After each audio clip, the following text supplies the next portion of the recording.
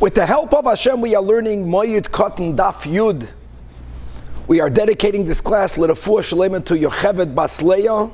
We left off on Daf Yud, Mamish on the top of the Amid, by the two dots, Hahedyet Toifel Kedarkoi.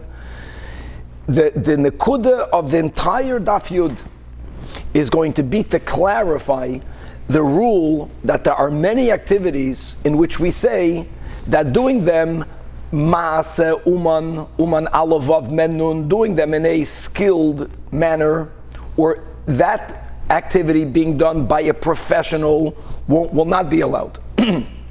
But a hedyet, an unskilled person, could do that activity, or even a skilled person has to do it in an unskilled manner. Now that concept was introduced in the Mishnah when we were speaking about sowing not planting, sowing, S-E-W, sowing. It goes without saying that you may not sew a garment to repair it if it's not needed for Chol Hamoed or for Yom Tov. But even when it's needed for the Yom Tov, it's called Soirech, there's a need for the festival, yet, as the Mishnah gave that one example, who is allowed to sew? Only a hedyet. And if the Uman, if the skilled tailor, professional, is going to do that activity, he must do it in an unusual way. Now we're going to have today many cases. And basically, the picture that we will get will be the following. And to quote the Namukah Yosef, if we're speaking about any labor that's directly about food, or at least one step before food. Food means preparing food. Nowhere we can prepare the food in the most skilled manner that you could, no problem. Putting together an oven. The kalim that are needed to make food, as we will see, could be done. But there comes a certain point, like for example, trapping a bird. It's also food, but you have to trap it and you have to prepare it. And there comes a certain line where it's so many steps before you eating it that activity will not be allowed to be done in a professional manner, as we'll see. That will be a great synopsis regarding a lot that we will learn today. We're going to have like 8 statements of Rava, and in many of them, also very interesting, same activity, whether it will be permitted or prohibited will depend on one's kavana, on one's intention. And let's leave it at that. It's going to be an easy daf, but we're going to be learning many cases. Let's see how far we can get. Again, this sugya really goes, this is the last daf of this Perek. The sugya that we are discussing, Maisa Uman versus Maisa Hedyet, Mamish goes all the way until the end of the Perek, which is Yud Aleph and the bottom of Amud Aleph. But we are on Daf Yud, all the way on the top, referring back to the Mishnah, that when it comes to sewing, to fixing a garment, Hahedyet, only the unskilled person is allowed to sew a garment on Chol Hamoed Kedarkoi in one's usual manner, because by default, the usual manner of the hedyet is not professional. It's not a Maaseh Uman. Hey, Chidami Hedyet. And the Gemara begins to give examples. Wow, so there's noch a machloikes. Omri debei Rabbi Yana in the yeshiva, Rabbi Yana, they said, Kol she'eino yochel lohoitzim eloi machad bebas achas. An expert is someone that, if you can picture this, when they put the needle in the garment, the needle, the sewing needle, has a certain length. So they're going to go back and forth, and they're going to have many loops on the needle even before they pull the needle out of the garment. When they pull the needle out, they will already have many stitches. That's called a professional sewer. With one length of the needle, you make many stitches. I know today with the machines, it's mamish that way. It's one very near the other. People didn't have machines, but they were close to each other. If you don't know how to do that, if you're like a yeshiva bacher, like me, you put it in there, halavai, you get one stitch in. Every whole needle is for one stitch. That's okay. That's called a Maisa Hedyet. Another way to differentiate. Rabbi Yosef, Rabbi Chanina Amar, Kol she'eino yochel lechaven imra b'chefes chalukei. When you are sewing a hem, will the hem be aligned? Will it be on the same level? If it's not going to be on the same level, it won't be even. That's the word. It won't be even. It's going to be a little bit higher there, a little bit higher there. That's called a hedyet, and such a person is allowed to sew on Chol Hamoed. Again, that's only if they need it for Yom Tov or for Chol Hamoed. If something is needed for after Yom Tov, then you may not sew it at all. Then the Mishnah says, Veho uman, when you do have the skilled tailor, the skilled sewer, SEW, so you can't say that the uman is not allowed to do it, but he has to do it in an unskilled manner. And the Mishnah uses the words machliv, and interestingly, the Gemara understands machliv miloshan kelev, dog. So what does that mean? My machliv, Rabbi Yechanan says that mafsia rabba, which means wide steps. Rashi says, just like the teeth of a dog are wide, one is very widely separated from the other. So here also, place the stitches spread out. And by the way, that mamish fits with the first Devei Rabbi Yanai to explain what's the Maisa Hedyet. You make one stitch, you leave a large gap until you make the next stitch. However, Bar Shmuel Amar, mafsia, a step. Rabba Bar Shmuel Amar, it means also from the lashon of a dog, but shinei kalbasa, like the teeth of the dog, meaning it's not about one being separated from the other, but the teeth of the dog are not aligned. One is higher than the other. So you put a stitch on one level, the next stitch will be a little bit higher, a little bit lower. And I want to go back to the hem. Mamash fits. Just like before we had that the hem, if the hem is even, that's called an uman. If it's uneven, that's called hedyet. The stitches should be uneven. Mamash one here fits with the one above. Then the Mishnah. Yeah. Can you just clarify something about sewing? This is a person that wants to sew for themselves rather than like sew in the business. I'm a professional. I'm not allowed to go sew for you, or can I? Like, what are we discussing here? Okay, so the key here, Danny, will be whether it's needed. It's not about whose garment it is. It's about is this garment needed by you, by someone else for Yom Tov? Is it Soirech Yom Tov? And let's say, Danny, you're a tailor, and I come to you, but I tell you I need it for Yom Tov. I need it for Chol Hamoed or for Yom Tov. That's the Ho'uman Machlev. Then you can do it for me, as long as you do it in an unskilled manner. Mamish. Or for yourself. What if you're compensating him? Doesn't matter. So we're going to learn today, we'll get there, about the concept of commerce. In other words, just to make it clear for you, remember from Hilchas Shabbos, let's take a step back. Chol Hamoed, we're going with the approach that the problem is, you begin with the premise that anything that's called a melacha for Shabbos Yom Tov is a melacha for Chol Hamoed unless you find a heter.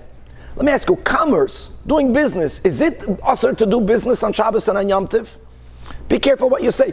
Well, it's certainly asur midrabanan, because we learned you might write a document, it might be going against divrei Kabbalah, meaning nach, right? Davar davar. Okay, very good. It's not a yisur doiraisa.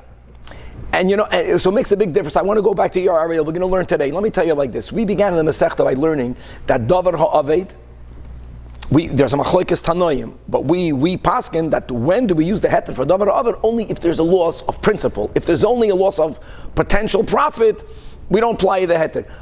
We don't say that by commerce.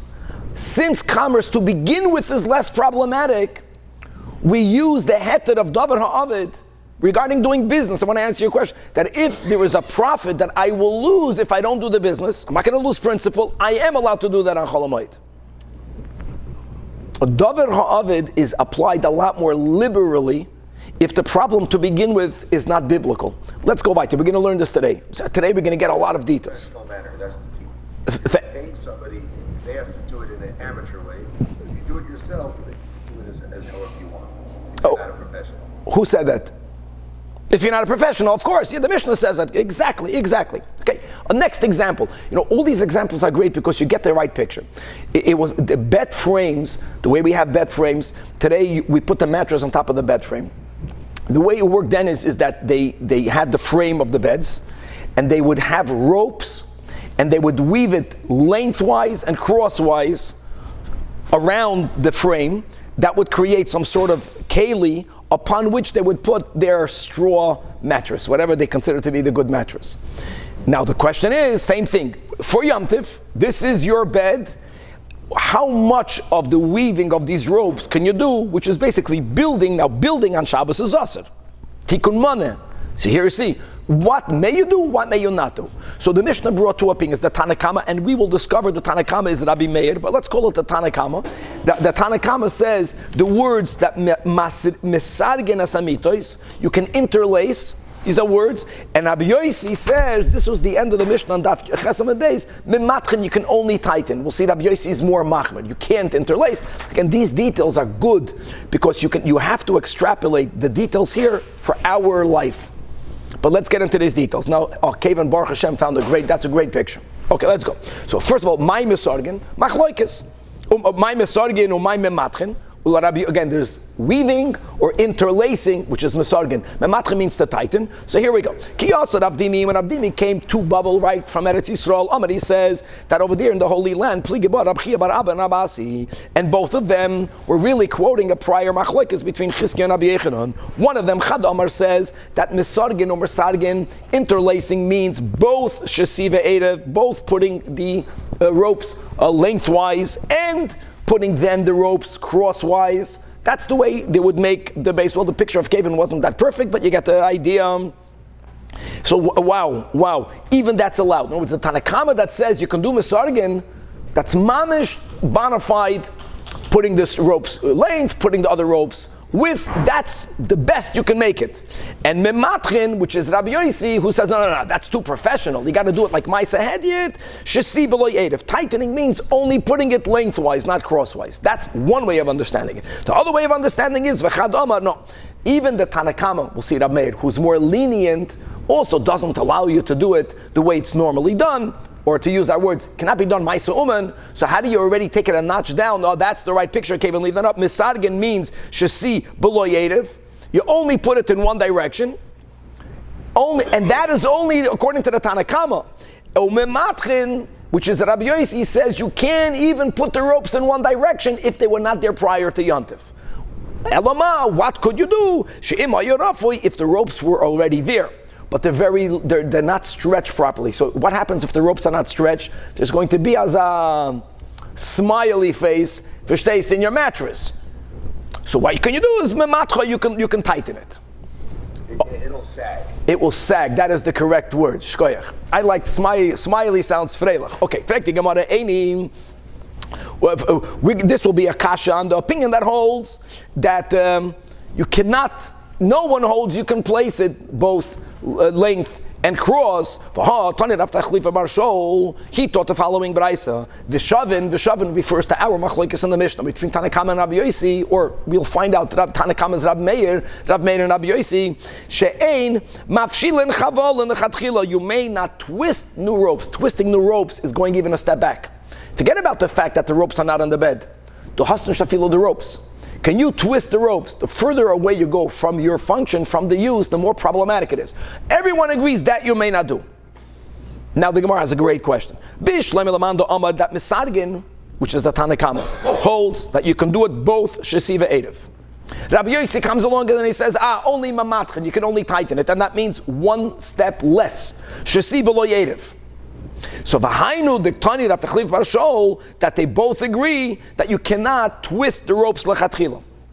However, elo lamando masargen. If misargen means shesi below yerev, mematchen means that it's even worse. That you cannot even do any of it. It's only if it's already on it you can tighten it. Which means lekula alma. No one holds you can put it both length and cross. So when the Braisa says everyone agrees what you can't do, why did they go 2 steps back? They should have gone only 1 step back. Gavaldik. They should have said that everyone agrees that shesi ve'erev cannot be done. Hashta shesi ve'erev amrat loi. So for sure, is there even a need to say that you can't make the ropes, you can't twist the ropes? You understand? That's, there's a machlokes here, but over there means the closest possible. You don't go that far away. So first of all, that's a kasha. Now, it's a kasha, just to know, we know, kasha doesn't mean refuted. What will be the answer is taka kasha, but now the Gemara is going to completely knock it out of the park. We're gonna slug up the shita. Now, furthermore, how can you say that there is even an opinion that says that the word misargen in the Mishnah means one way and not the other way? length and not cross. Shasi b'loy erev. Can't be. How do I know it can't be? Because in another context, and this is Danny Fishman's Argabai's topic, tumantara. So there's a general rule. Something that's not considered a ready utensil is not keli, it's not even susceptible to becoming tummy. From what point is a bed considered a bed? And now it's mukhsha. Now, if the source of tumah touches it, will it become tummy? Says the Mishnah, Rameir Oimer, Hamitam, Mishe Yisreik Ba Shloisha Batim. Only when you have 3 houses, just to explain houses, if Kevin will put the picture back up, it's simple. The way they would weave the ropes is they would first put all of the ropes in one direction. Let's go length. Then they would put it cross. Think about it. Every time you put a rope cross, once you put the second rope cross, what do you have in between? The square boxes. The square boxes is called bottom. If it doesn't even have 3 bottom, it's not called a bed. Okay. And what does the Mishnah say? Mishe Yisroig. It's befedish. The word weaving or lacing means length and cross. Ella ki yasa Ravin.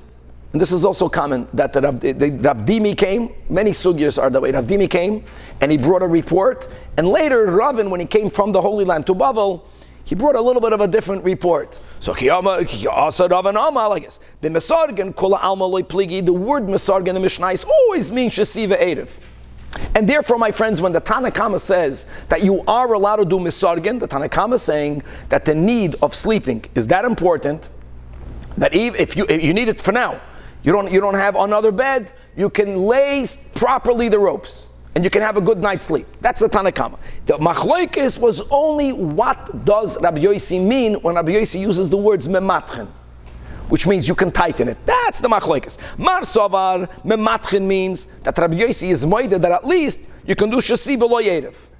For sure you can tighten it, but you can even put it in one direction. Umar Savar, the other Amoida held, the only thing you can do is that if it was weakened, then you can tighten it, but you cannot put it in there, even if you're only putting it in one direction. And on that, now the Gemara says, Meisvei, it says in Abraisa, you are allowed to interlace the bed. Here's where we see that the Tanakam of our Mishnah is Rabbi Meir. Rabbi Yossi Yomer, mematchen means mematchen only.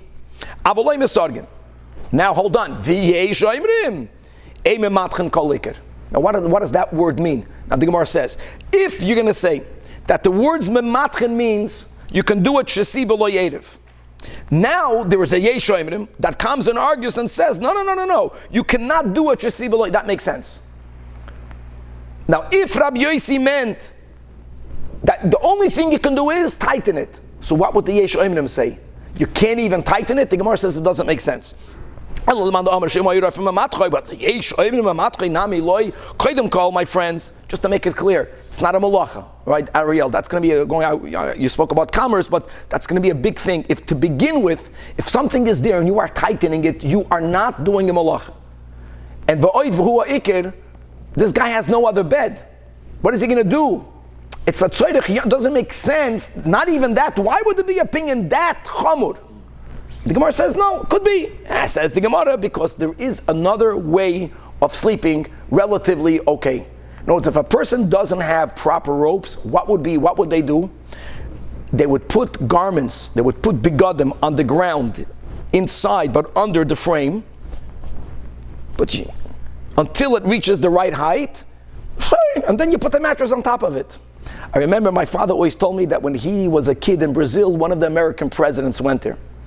And he was a big Americans are tall. The Brazilians are not that tall. And he went to a hotel in the north of Brazil where the beds, there wasn't a bed where he would fit. So they took, the phone, those big white pages, yellow pages. So they piled them up at the end of the bed, and they added some shmatas, and that's for the American president. That's such a Brazilian thing to do. And that's it, and they made the bed longer. This is an example of Brazil. He always saw Brazil that way. That's how you make a bed. So yeah, even the efshel lemimliye b'manei, you can put inside the frame, put garments. Put garments, and that's it. Who needs ropes? Dafnishka ropes. So therefore, you can argue loy torchinon, and that's called toirech shaloi letzoirech. If it's not necessary, it's not even if it's not a malacha. There could be. So therefore, Ravin's clarification stands. Taka, there is a machlokes b'shitas Rabbi Yossi.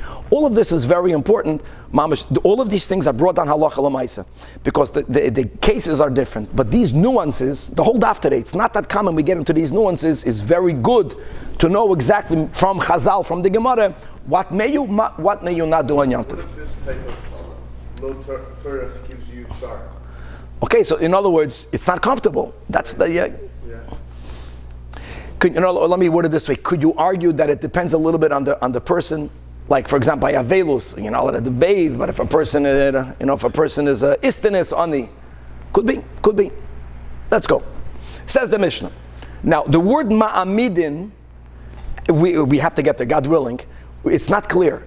Ma'amidin either means to build. You can build a Tanur v'Kirayim, or Mamida means that if you have all of the parts of the oven or of the stove, you can put them together. Now, like we mentioned, food, we don't care about that you're doing it in a skilled manner. Have the greatest chef, have leaders cook chalamayit, not a problem. You go back, oven, we're close. That's why we'll see that we're going to teach now, we'll just tweak it later, that you can even build the different types of ovens always when you need it for Yom Tov. Millstones. Millstones is you don't bake the food in it, but you would grind the kernels to make it into flour. We're going back steps. So we'll see millstones, we're going to learn the Rishonim, you are allowed to assemble it. Can you go ahead and make the stones? We're not addressing that. Actually, the Gemara will address that. We'll see not, or not in a skilled manner. But you have the difference. Millstones is further removed than the oven. The oven, you put the food in the oven. You're not putting the bread in the millstones. Okay, so I guess. Mamidim, Tanur v'Kirayim. You can even build it. Kama. And V'rechayim means, let's go, you can assemble millstones on Moed and Cholamoyed. Rabbi Yehuda Oimer, Ein Mechavshin Eser Rechayim Batchila. The word Mechavshin means to gouge. Thank you. What does gouging mean? Let me say it by heart. Gouging means that you have two stones, a millstone. So there's two things. You got to get the kernels in there, in between them. What would you do? They would make a hole in the center of the top stone, through which they would pour the kernels. Then it would land in between the stones, and one stone is turning. Then you have to have in the lower stone, you have to have crevices. You have to gouge it, you have to cut it out so it's not flat. So now that the kernels are in between the two stones and it's very uneven, that is what crushes it. So there is stones that were gouged in the past, and now the gouging has to be redone, versus lechatchila, they were never gouged. That's more of a malacha. So Rabbi said you can't lechatchila gouge it. Now, like sharpening a knife today? One second. Very good. So now asks the Gemara, let's go. I want to go. What's mechavshin? What's gouging? Rabbi Yehuda says, menake rechayim. Cutting grooves into the lower stone. What we just mentioned. That's the meaning of mechavshin. Rabbi Yechiel says, no. That mechavshin means bas eina, means making the hole in the middle of the top stone through which you put the kernels. Frek the Gemara, this kasha will be against Rabbi Yechiel. It says in a braisa, "Mamidim Tanur v'Kirayim b'Moed." You can again either assemble them or even build them. But ubavad shelo yigmar malachtan. Here you have a shita that says you can do it, but you got to do it with a shinui. You can't fully do it because then you're not doing it in a way that's called Maisa Uman. You see, this is not food. This is one step further away. That's all these. Divrei Rabbi Eliezer. The Chachamim hold that it's not mamish food, but it's only one step away from food. Let's word it that way. Af Yigmar. Now Rabbi Yehuda says in the name of Mishmai. Who's Mishmai? Rabbi Eliezer. Rabbi Eliezer. That even though Rabbi Eliezer is a little bit more machmer, right? He says you can't mamish finish it. Nevertheless, ma'amidem esachadosha. You can set up new millstones. You're not building it. You're only setting it up. And umachafshin, and you can gouge the old one. You can re-gouge the old one. that Rabbi Yehuda, continuing Bishitas Rabbi Eliezer, holds the opposite, that you cannot gouge, not even an old one. End of quote. I'm a chafshin kolik. Now, Chevre, look at this. If you're going to say the word mechafshin means menakere chaya, makes sense. You have grooves, like you said, David, sharp with the knife. The knife was sharp. After a while, the grooves become dulled. So you have to, mamash, it's the same thing, you have to redo it. It makes sense why there might be a need. So there's machlokes. What does Rabbi Eliezer hold? Could you do it? Can you not do it? However, if the word mechavshin is not in reference to the groups, it's in reference to the hole on the top. Let me ask you, how will the hole get old and therefore needs to be fixed? Doesn't make sense. The hole is the same hole. A knife gets dull. But if it's referring to the hole on the top millstone, it can be 1,000 years old. Usage doesn't make it dysfunctional. What fixing is needed there, B'chlal? It's there. So the Gemara says, no. Maybe that you want to grind more grains at a time, and you want to make the hole a little bit wider. Could be. It's not that age made it dull. No, but you decided now you want to have a bigger hole. You want to make it wide, abyssal.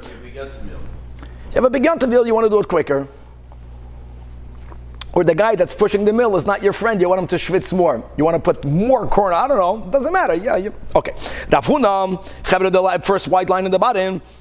Shamay lo gavre. He heard a person to come and knock at the b'chayil demoya that he was gouging, right? He was cutting grooves into the lower millstone, and he clearly held that may never be done, and therefore he says, Omar hu man hai. Gabakuk. People have the chutzpah. No, it's noisy. So you machalal, God forbid, something wrong. At least have the decency. Don't do it barabim. And he said strongly that itachel gufei. The kamachal chaylo demoid, may the body of the person who's making cholamoid mundane, may his body become mundane. Okay, he said something not positive. Why did he make that statement? Because obviously he held like the yesh oimrim. Because if he would not have felt like the yesh oimrim, no, it's if we would be allowed to gouge a old one, then he wouldn't be chayish just because he heard the noise, he's doing a new one.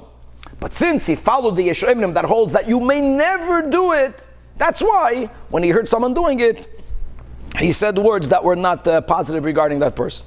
Now, let's move, yeah. Eliezer, who says that you can't complete it, is he concerned with being able to use it? No, you can use it even when we're talking the Tana v'Kirayim. Even if it's, you can use it, fakert. Oh, even if it's incomplete? Yeah, for sure. If you can't use it, then what's the point? It's not complete. In other words, he holds that even though it's food related, but you can't do it in a professional manner. So how do you do it? Like we learn stitches. Make the oven, but it's not complete. So after Yom Tov, you're gonna have to finalize it. Many times it's about polishing the outer, making a finish, stuff like that. Okay. Rab Chama expounded. Wow. That you are allowed to make a hole. You are allowed to make a hole. Now, obviously, he must have learned the Mishnah, that the Mishnah was only addressing the grooves. It must be that way. And therefore, he didn't understand that there are Tanoim, that he cannot argue with Tanoim, that were addressing making the hole. So he held that you could do that. Okay.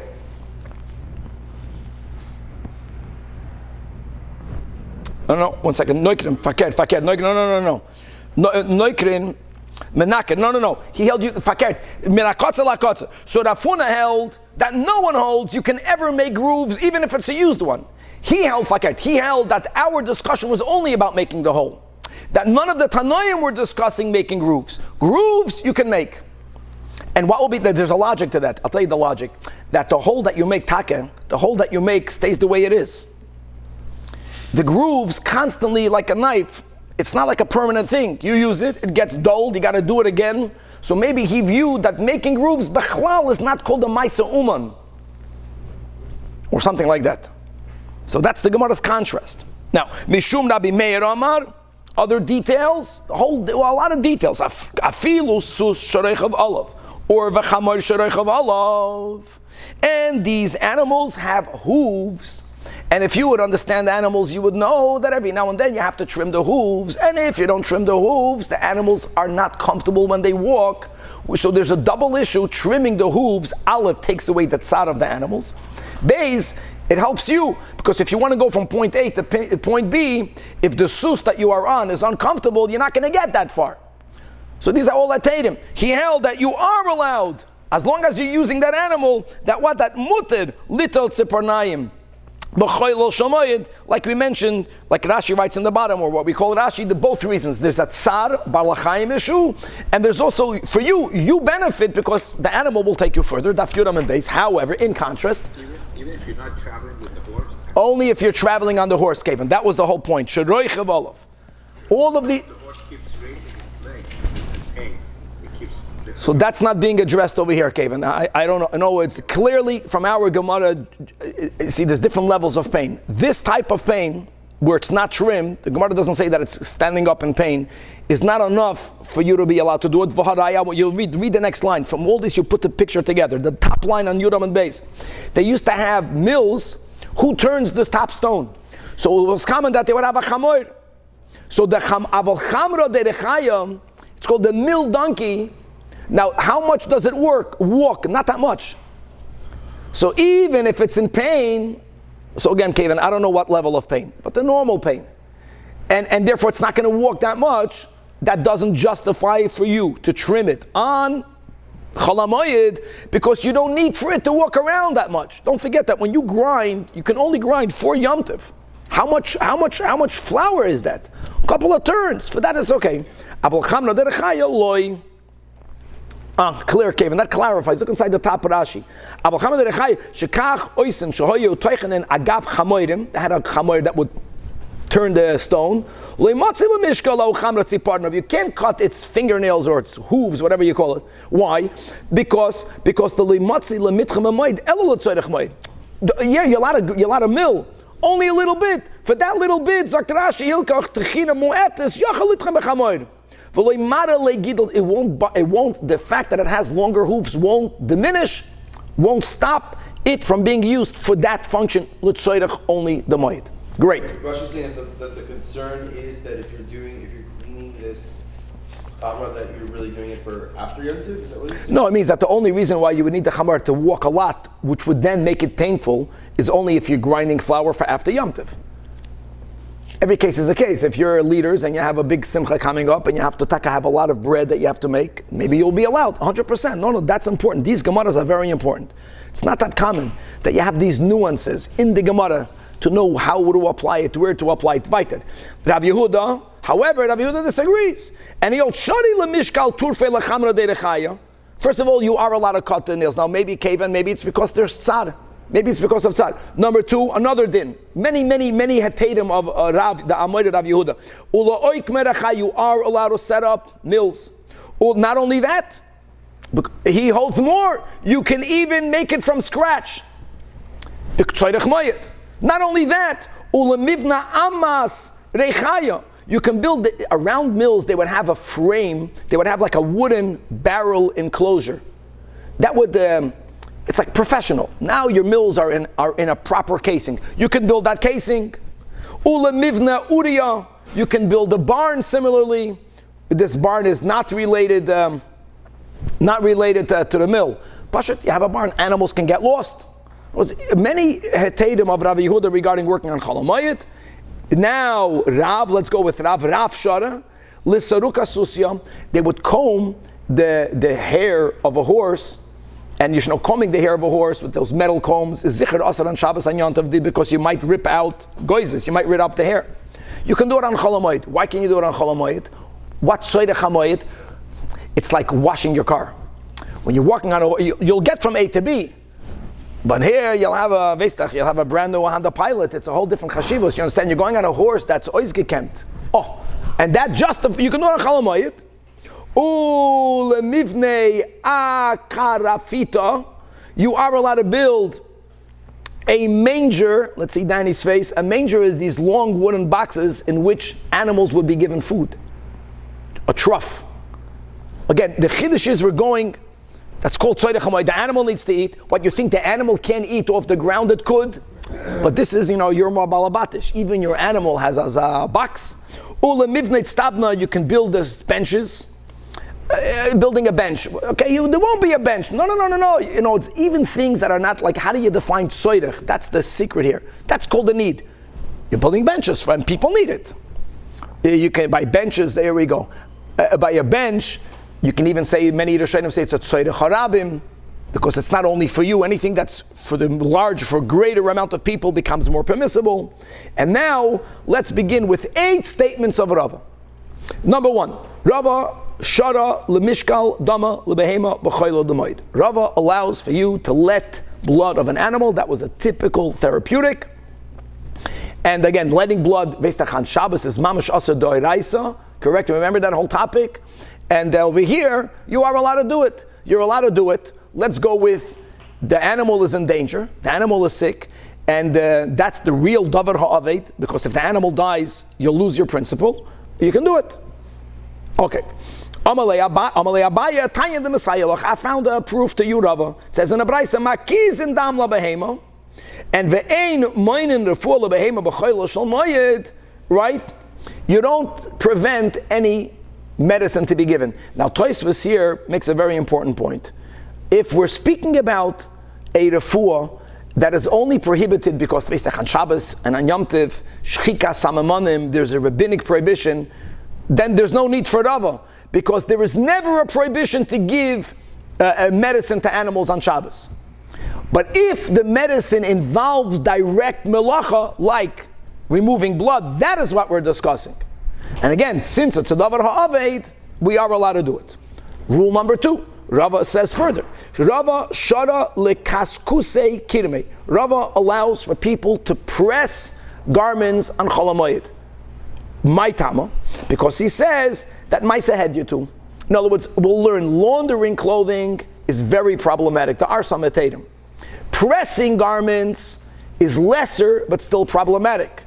Once it's not mamash and isur, so now we're going to use this general heter that it's called a masa hedyet.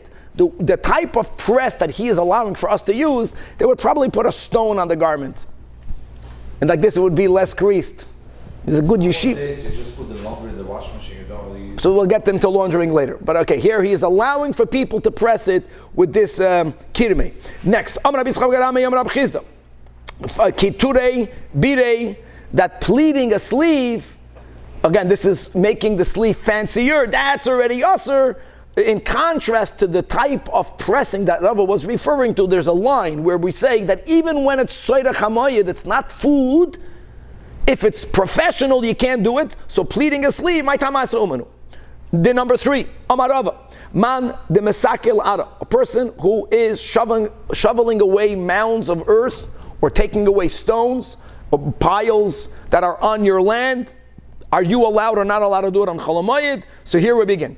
If adata de beit darei, if the reason why you're doing it is because you want to make a flattened area in your field, to use it as a threshing floor is good, because threshing is one of the steps that you need to do to get flour, ultimately to get food. Then you are allowed to do it. But if the only purpose for you clearing out that area is adata da'arei, you want to improve the land for later cultivation, you're not going to cultivate it on Chol HaMoed, but you're doing it for cultivation, then it's aser. So therefore, this is an activity that your intention will determine whether mutar or aser.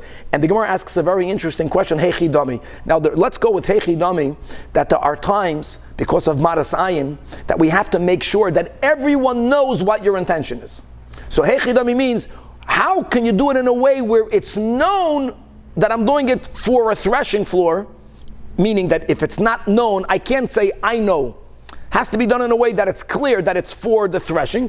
And the Gemara says like this, mulya b'mulya or natza b'natza, a mound on a mound, a hole in a hole, which means it's very simple. You have a mound, and if you want to cultivate the land, you know what you need? You need to have the entire land leveled. If you have a mound and you're diminishing the mound, you're taking the earth off, but you're not making it flat. You're putting the earth that you're taking from the top right around it. So you are making the mound a little bit lower, but larger. And on the top of the mound, it's flat. Or if you have a hole. So you're not fully filling up the hole, but you're broadening the hole. You're broadening the hole by making the hole less deep and wider, but it's still a hole. It's clear that you're not doing this to cultivate the land. Everyone sees that you're just trying to find a little bit of a larger area within your field, where in that area, it's flat for you to thresh. Then it's okay. Adata de beidari. But shakal mulya v'shada benatza, if you take a mound and you throw it into the hole, if you fully flatten the area, then everyone can see that adata da'ara, and that's going to be prohibited. This is din number 4. V'amarava. Hayman de zachin zichei, a person who was clearing debris, we're speaking about he's clearing off his field, twigs, ichveis, all different types of materials that could be used for fuel. Now again, are you doing it for the fuel, or are you doing it to clear the land for cultivation? So adata de tzive, if you need wood, you need fuel, is it good? Mutter. Adata da'ar, if you're doing it because you want to clear the land for cultivation after Yom Tov Asr. And again, hechidami means, how would we make it apparent, which here it's important, for what you're gathering all of this, all of these zikes. So if shakal rav leviv shakal zutrei, if I see that you're only picking up the larger pieces, you're leaving the smaller pieces, clearly you need it for fuel. Whereas if you want to cultivate the land, you want to clear everything off. But since you're leaving and you're only taking the bigger ones, which is a lot better to have a bigger log than a smaller log, then adata detzivei is good. But if the shakal rav leviv zutrei, if you're picking up everything, so it's apparent that adata de'aran, that's going to be prohibited. Then number 5, let's move. V'amarava. Hayman the pasach ma'il. If you have a gate that stops water from going into your land, and you opened up the gate, which is, here in the Sephardic shul, there's many openings that if you open that up, the rain comes in. Even when you close it, the rain comes in. But so a person did an activity for the water to come in. Again, normally you water the field. That's the beginning of the Pedic. The Pedic is called Mashkin Beis HaShalchan. Watering could be problematic. That's the whole beginning.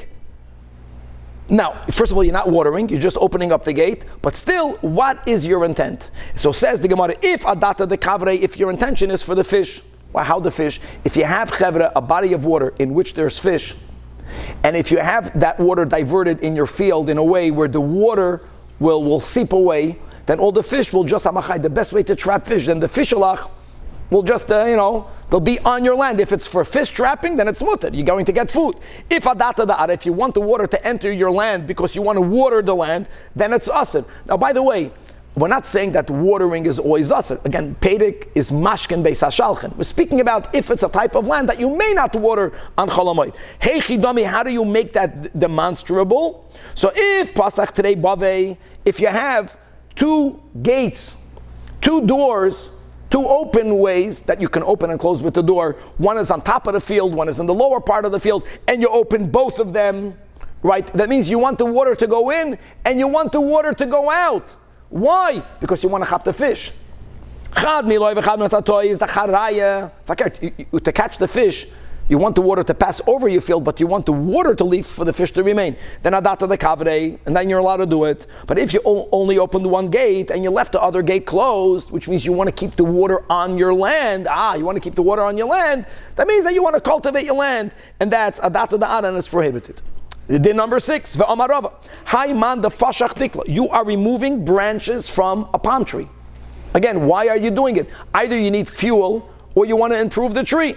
So if adata dechevasa, you're gathering the branches to feed your animals, not fuel, you would use these branches that will be animal food, then you can, of course, shari. If adata de dikla, if you're doing this to improve the tree, asad. Hey chidami, how can we know why are you doing it? So if shakal kulim echad gisa, if you are removing the branches only from one side, it doesn't improve the tree, but you get the food that you need. Adata dechevasa. If you are removing the branches from both sides, then number 7, unripe dates. And let's go with the approach that we are discussing, removing them on Chalamoyed, and then cutting them into 2. So migzerinu, cutting them off the tree and then cutting them into two pieces, which means clearly you're taking them off the tree to eat them l'tzoyre chamoyed, chalamoyed, or for Yom Tiv, then it's allowed. But if you are pressing them, people would press fruits in order to preserve them, because if it's moist, it gets wormy. You press them out. Press, if you're taking it off the tree, and that means you're doing it for later. Then it's going to be aser. Push it. Rav Papa says no. He argues with that. And that Ariel, here we begin with commerce. That kiv and you took them off the tree. You don't need it for the moed. But you want to do commerce with it. Kiv and the masli, if you won't press it, it's going to get wormy. So therefore, this is part of business activities. And if you won't take it off the tree, then you won't begin your business dealings on Cholamayid. You won't lose anything. You won't lose principle. That's very important, this line. But business, Davar ha'aved, doesn't have to be losing principle. Likula alma, Davar ha'aved means even losing profits. Then you are allowed to work, and therefore it's permitted. You're taking it off the tree, and you're going to press it, and you're going to sell it. So what? So what? So it's not l'tzoyre chamoyed. It's commerce. Doesn't matter. If you'll do it now, you're going to make more money, or you think you'll make more money, that is a heter for you to do it. Number 8. Any amount of merchandising, buying or selling, again, not for the needs of Yom Tov. You're buying, you're selling, is going to be prohibited. So here we go. We'll see that we argue with that. The Rava begins, why is it aser? Because like we learned in the last few sugyas, you can't do activities that will contradict the v'samachta b'chagecha. And Rava is very practical. When people do business, of course people do it with the intent of making money. But there are many times that after everyone had that experience, you sold, you bought, I didn't sell, you should have charged more money. Or I overpaid, and it brings distress. So since it's not for Yom Tov, and there's always the possibility that you'll have tsar, Rava says that any amount is asur. However, Amar Rabbi Yosi bar Oven u bedavar ha'aved muter. So you have to know how to balance it. So if the same business will be available after Chol HaMoed, that is where we accept Rava's concept. You might be very happy from your business, but it might put you into tsar. But if it's an opportunity that you will not have next week, the upside is that only now do I stand the chance to make profits. Again, even though we had a machlokes, Rabbi Meir and Rabbi Yehuda, there was a machlokes. And the Mishnah actually sided with the opinion that holds that Davar ha'aved only means principal loss. We don't apply that to business. Profit loss is called Davar ha'aved. That's a big heter. And therefore you are allowed to do it. Let's go weiter. Ravina, Havo, Iska, he had a certain business. The Hava Mizdabein, that if he would have sold it, again on Chol HaMoed, he stood to earn Shita Alfei, 6,000 zuz, or whether that's the profit or whether that was the number.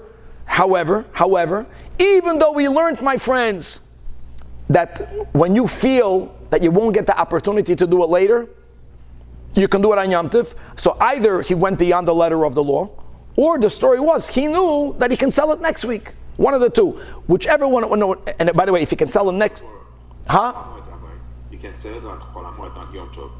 Thank you. We're only speaking about Chol HaMoed. So whichever way it was, he was rewarded. He waited.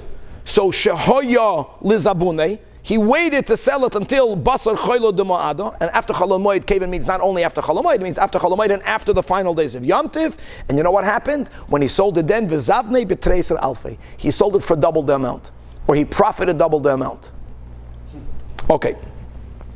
Ravina, Havamasik Zuzei, Ravina had money owed to him by the residents that lived b'bnei Akra Dishanvasa, people who lived on the banks of the river Shavnasa. People owed him money.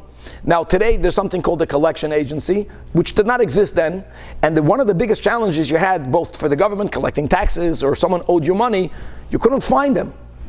The beauty of a Jew is everyone is home for Yom Tov. So the best time to collect is going on Chol HaMoed. So he asked the Shaila. So he went in front of Rav Ashi and he asked them, Amalei ma'u lemezel ha'idnu alayu. Can I go and ask for payment? Now, the issue, guys, we're not speaking about tchumen here.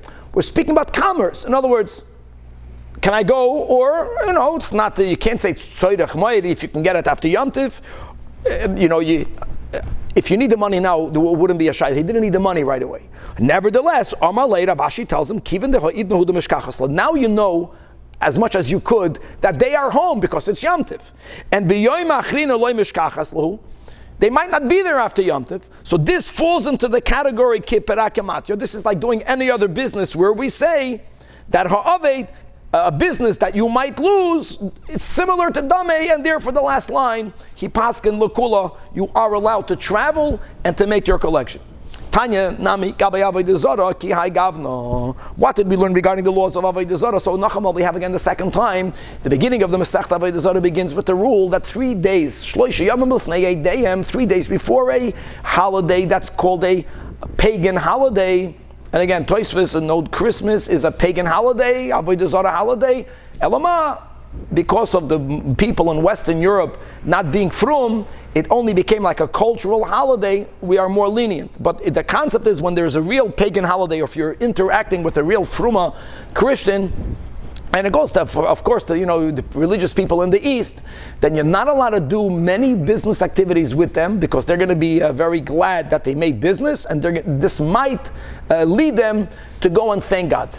And we're going to see that there are certain heterim by Yadavar ha'aved. What's the heter? So let's go. So it says, first of all, this is not before the Yom Tov, this is Bechlal. You can go to a fair.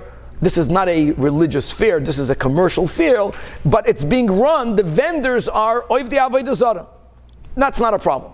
If it's not right before the Yom Tov, and you can buy from them beheman, avodim, shvachis, batim, sadas ukuramin.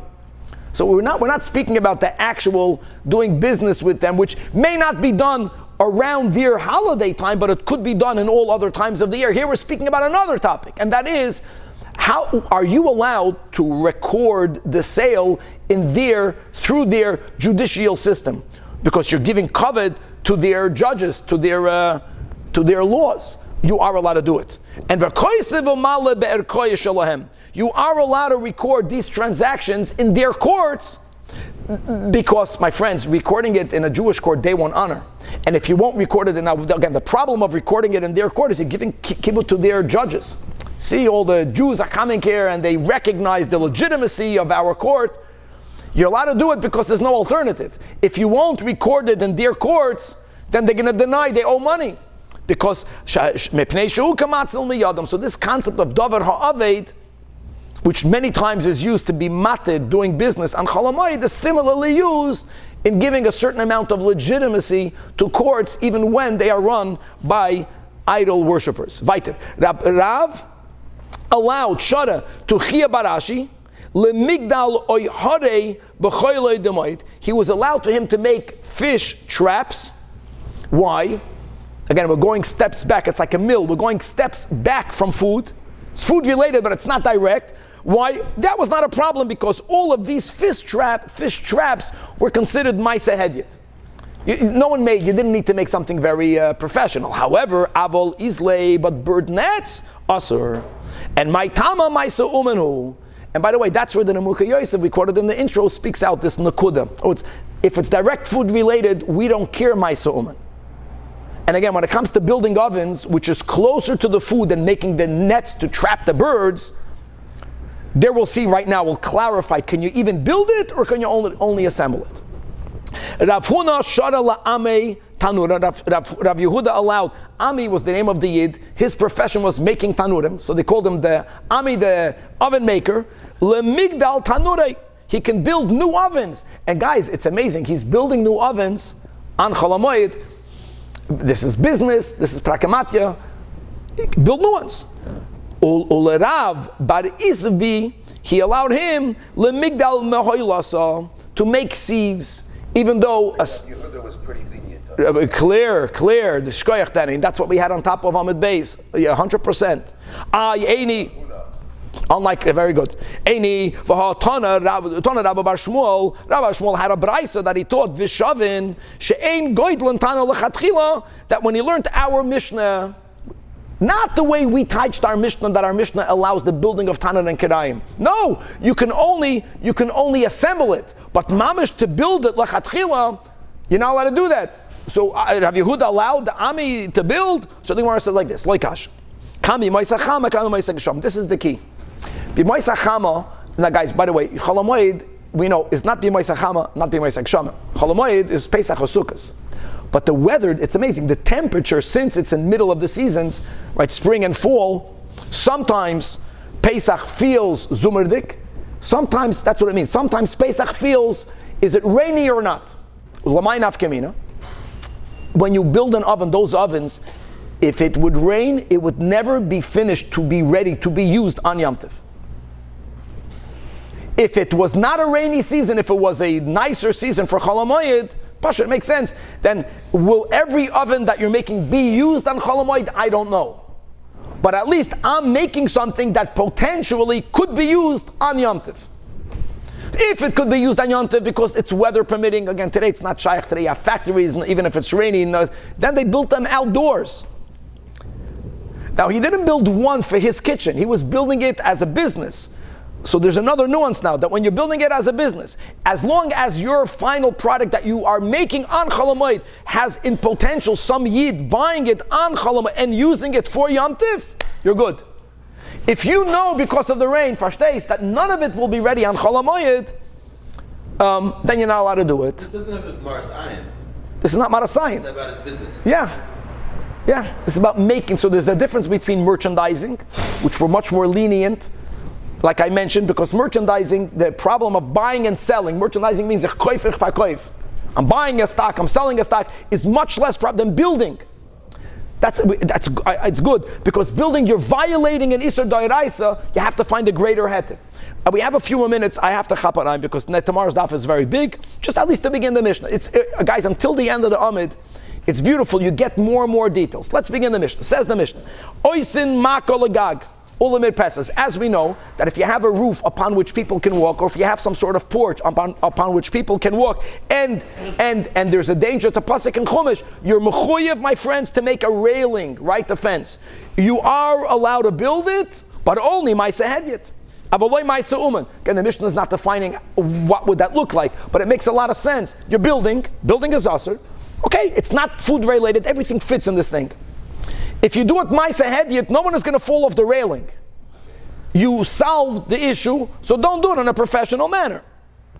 How a shafin as hasdakin, if you have cracks, now whether the cracks are cracks on the roof, whether according to somebody showing them these are cracks in the ovens, you are allowed to smear plaster.